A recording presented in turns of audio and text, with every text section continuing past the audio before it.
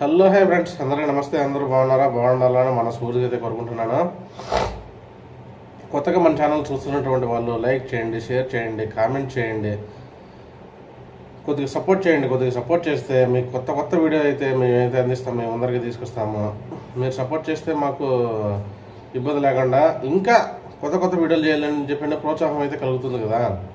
అందుకోసం అని చెప్పి కొంచెం లైక్ చేయండి, షేర్ చేయండి, కామెంట్ చేయండి, సబ్స్క్రైబ్ చేయండి. సబ్స్క్రైబ్ చేస్తే మీ సపోర్టే మా బలం. ఇక ఏం లేదండి, రీసెంట్గా తిరుమలకైతే వెళ్ళొచ్చాను. చూడండి గుండంతా. దాదాపు 10-12 ఏళ్ళ తర్వాత తిరుమలకి వెళ్ళడం అయితే జరిగింది. అంతకుముందు అంత డబ్బులు ఉన్నా కానీ తిరుపతి కొండకైతే వెళ్ళలేకపోయాను. డబ్బులు ఉన్నా కానీ వెళ్ళలేకపోయాను. మొన్న రీసెంట్గా అయితే గురువారం రోజు బయలుదేరాము. గురువారం రోజు బయలుదేరితే ఆ రోజు సడన్గా అనుకున్నాము. ఆ రోజు మార్నింగ్ అనుకున్నాము, ఈవినింగ్ కల్లా అంతా బయలుదేరేసాము. ఆ రోజు అనిపించేసింది. ఏమని అనిపించిందంటే, చాగంటి కోటేశ్వరరావు గారు చెప్పింది చాలా కరెక్టు. అంటే ఆయన అనుమతి లేనిదే మనం ఎక్కడికి అడుగు పెట్టలేమనేసి నాకైతే అనిపించింది. అంతకుముందు రోజులంతా ప్రతిరోజు డబ్బులు ఉన్నా కానీ అక్కడికైతే వెళ్ళలేకపోయాను. గురువారం రోజు అయితే వెళ్ళి, ఆ తర్వాత శుక్రవారం తలనీళ్ళు సమర్పించి, ఆ తర్వాత వచ్చేసి శనివారం రోజు దర్శనం చేసుకొని శనివారం ఈవినింగ్ వెళ్ళంతా ఇంటి దగ్గరికి అయితే చేరుకున్నాం. దేవుడి దయ వల్ల. ఎంత ఫ్రస్ట్రేషన్లో ఉన్నా, ఎంత కోపంలో ఉన్నా కానీ ఒక్కసారి తిరుమలలో అడుగు పెడితే ఎంత ప్రశాంతత అయితే నెలకొంటుందో అంత ప్రశాంతత నెలకొంటుందండి. అక్కడుండే ఆ వాతావరణము. ఇక మనం అనుకుంటాము ఏమని, వెంకటరామ స్వామికి మొత్తం అంతా మన కోరికలన్నీ చెప్పుకోవాలి, మన బాధలు చెప్పుకోవాలి, మన బాధలు తీరుస్తాడని చెప్పి అనుకుంటాం. కానీ కాకపోతే బాధలు తీరుస్తాడు, కాకపోతే ఆ కోరికలన్నీ మనం ఆ దేవుడికి చెప్పుకోలేము. ఇది తెలుసా, ఆ క్యూ లైన్లో ఎంతో కష్టపడి అలా నడక సాగించి ఆ తర్వాత ఆనంద నిలయంలోకి అడుగు పెట్టిన వెంటనే ఆయన అద్భుతమైన రూపాన్ని, వెంకటేశ్వర స్వామి అద్భుతమైన రూపాన్ని అలా చూడగానే ఏదో తెలియని ఫీలింగ్, ఏదో తెలియని ఎనర్జీలో మనలో అయితే పుట్టుకొస్తుంది. కాకపోతే అక్కడ మనం కోరికలు ఏం కోరుకుంటాము, ఏమీ కోరుకోలేము. కానీ చూడగానే ఏదో సంతోషం, అంతే. ఆ సంతోషం తప్ప వేరే కోరికలు అంటూ ఏమి కోరుకోలేము. అంత సంతోషంగా ఉంటుంది, మనసుకి హాయిగా ఉంటుంది.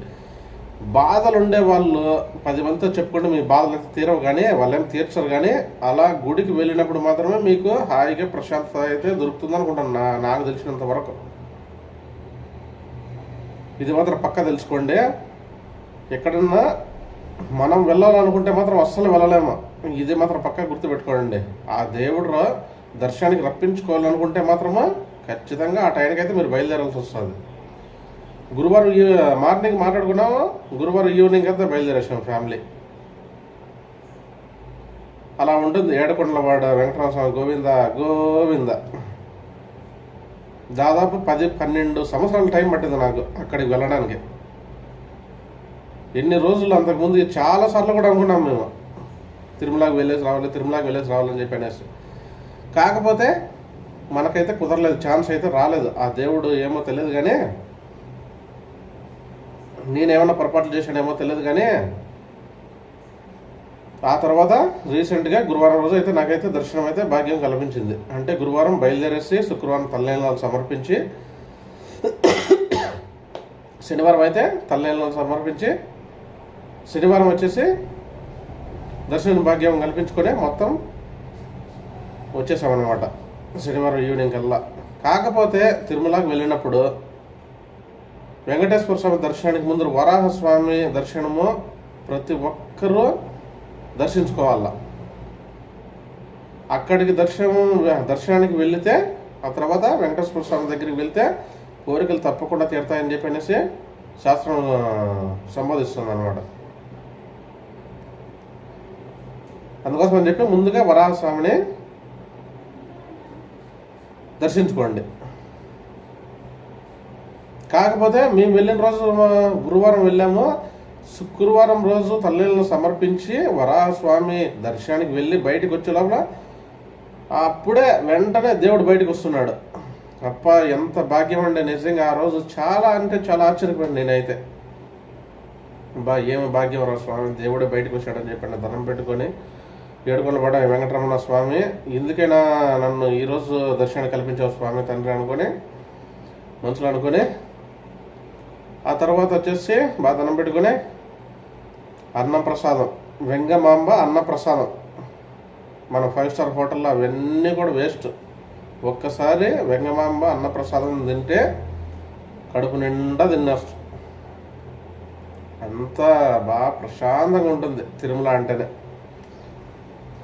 ఇంకా వెళ్ళని వాళ్ళు ఉంటారు, మీకు బాధలు ఉంటే అక్కడ వెళ్ళి చెప్పుకోండి, దేవుడితో చెప్పుకోండి, మనుషులతో పెట్టుకుంటే మీకు అస్సలు ఎటువంటి వాళ్ళు ఎవరు మీకు తీర్చరు, ఇది మాత్రం పక్కా తెలుసుకోండి.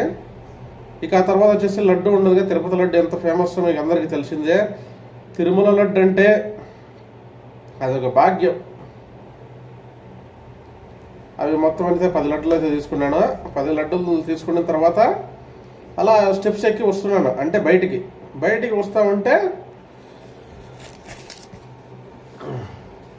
చూశారు కదా, భగవద్గీత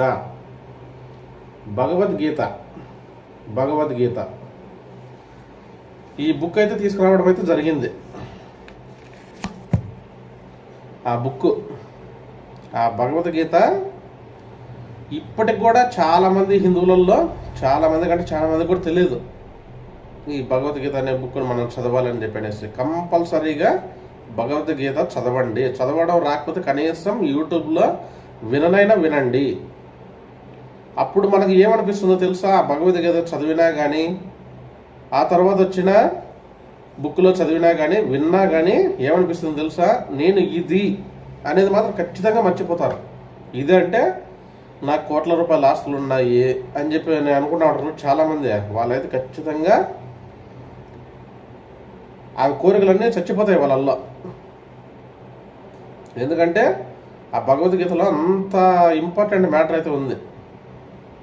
ప్రతి ఒక్కరు తెలుసుకోవాలి భగవద్గీత గురించి. ప్రతి ఒక్క హిందువు ఒక్కసారి చదివితే అప్పుడు తెలుస్తుంది సమాజంలో మనం ఎలా మెలగాలి, మన అహంకారం ఎలా తగ్గించుకోవాలి, ఎదుటి వారితో ఎలా మాట్లాడాలి అని చెప్పని ప్రతి ఒక్క విషయం భగవద్గీతలో ఉంటుంది.